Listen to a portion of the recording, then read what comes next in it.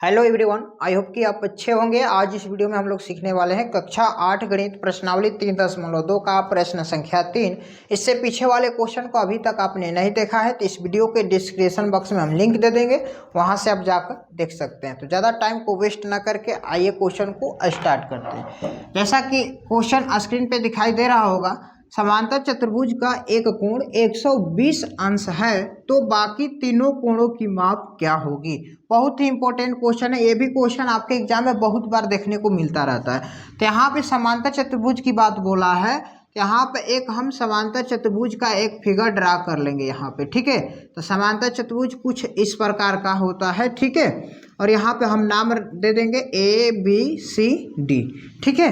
ये एक समांतर चतुर्भुज है। क्या है जी? एक समांतर चतुर्भुज है।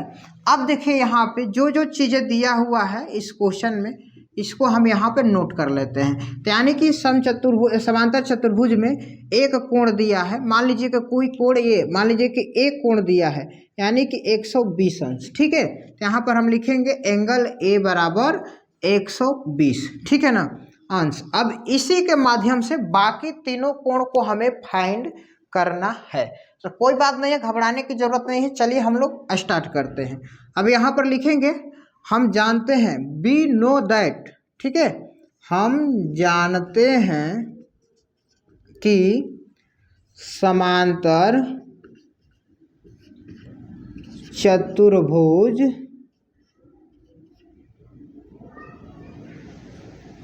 में आसन्न कोणों का योग 180 डिग्री होता है, ठीक है। हम जानते हैं कि एक समांतर चतुर्भुज जो होता है ना, उसका आसन कोण जो होता है 180 डिग्री के बराबर होता है। आसन कोण का मतलब समझ लीजिए, एक ही रेखा पे दो कोण बनता है, उसी को हम आसन कोण बोलते हैं। फॉर एग्जांपल यहाँ पे एंगल ए और यहाँ पे एंगल डी, ये क्या है? ये एक आसन कोण है, यानी कि एक ही रेखा पे दो कोण बन रहा है। इन दोनों कोणों का योग कितने डिग्री का बराबर होगा? 180 डिग्री का। फिर यहाँ पे देखिए डी और सी, यहाँ पे दो कोण बन रहा है ना, तो एक ही रेखा पे यानी कि सी और डी रेखा है, इसी रेखा पे दो कोण बन रहा है, तो इसको हम बोलते हैं आसन कोण, ठीक है। आई होप कि समझ पा रहे होंगे बात को। अब देखिए यहाँ पे जब हम जानते हैं कि समांतर चतुर्भुज में आसन कोणों का योग कितना होता है, तो 180 डिग्री होता है। तब यहाँ पर हम हल करेंगे कोण A प्लस कोण D। देखिए कोण A प्लस कोण D बराबर 180 डिग्री, यानी कि ये आसन कोण से, ठीक है ना। तो अब देखिए यहाँ पे कोण A का मान दिया है फिगर में 120 अंश, प्लस कोण D नहीं दिया है, तो यहाँ पे ज्यों का त्यों लिखेंगे, ठीक है जी। अब देखिए कोण D बराबर 180 अंश माइनस, इधर क्या है प्लस में 120 है, पक्षांतर करेंगे तो क्या होगा? माइनस में हो जाएगा ना जी 120। यहाँ से कोण D बराबर निकल कर आ जाएगा 60 अंश। कितना आएगा?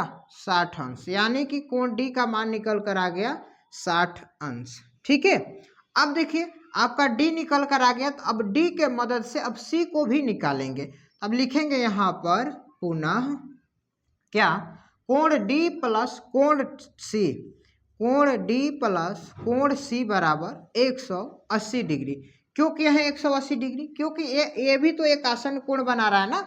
यहाँ पर एक कोण है और एक यहाँ पर कोण है, यानी कि एक ही भुजा पे तो दो कोण बन रहा है ना, इसका भी तो 180 डिग्री मान होगा। तो वही हमने लिखा है। तो D का मान देखिए क्या है यहाँ पे 60 डिग्री प्लस ये हो जाएगा, कोण C नहीं दिया है तो इसको ज्यों का त्यों लिख देंगे। फिर कोण C बराबर यहाँ पे हो जाएगा 180 डिग्री, यहाँ पे प्लस का 60 है, इधर आकर क्या हो जाएगा माइनस का 60। कोण C बराबर, घटाइएगा तो ये हो जाएगा 120 अंश, ठीक है। यानी कि कोण C का मान आ गया 120 अंश। अब देखिए अब हमें क्या फाइंड करना है, यानी कि दो कोण तो हमने निकाल लिया और तीसरा कोण बाकी है, यानी कि B कोण निकालने के लिए, ठीक है। तो अब यहाँ पर देखिए इसको दो तरीका से आप बना सकते हैं, कोण A प्लस कोण B भी बना सकते हैं, या कोण B प्लस कोण C भी बना सकते हैं, कोई दिक्कत नहीं है। तो आप किसी पर भी आप बना लीजिए। तो यहाँ पर हम लिखेंगे पुनः, अब ले लेते हैं कोण A प्लस कोण B, ठीक है। कोण ए प्लस कोण बी बराबर 180 डिग्री। ठीक है, तो कोण ए का मान दिया है 120 अंश प्लस कोण बी नहीं दिया है जिसे हमें फाइंड करना है बराबर 180 डिग्री। अब यहाँ से हम कोण बी बराबर निकालेंगे 180 डिग्री, ये प्लस का 120 है, इधर आके क्या हो जाएगा माइनस का 120 डिग्री। कोण बी बराबर निकल कर आ जाएगा आपका 60 डिग्री। ठीक है, जो कि ये इस क्वेश्चन का आंसर हो गया। अब देखिए यहाँ पे चारों एंगल हमारा निकल चुका है, यानी कि एंगल ए तो पहले दिया था 120 अंश, एंगल डी निकाले हमने 60 अंश, और यहाँ पर एंगल सी निकाले 120, और यहाँ पे एंगल बी भी निकाले 60, यानी कि समांतर चतुर्भुज में आमने सामने का जो एंगल होता है ना वो भी बराबर होता है। देखिए यहाँ पर कोण डी बराबर कोण बी, यानी कि यहाँ पर भी 60 है और यहाँ पर भी 60 है, और देखिए यहाँ पे कोण ए बराबर कोण सी, यानी कि 120 बराबर 120। आई होप कि ये क्वेश्चन आप लोग को बहुत इजीली तरीका से समझ में आया होगा। बाय द वे नहीं भी समझ में आया है तो वीडियो को 1 से 2 बार रोककर फिर से देखिए, हमें उम्मीद है आपको जरूर समझ में आएगा।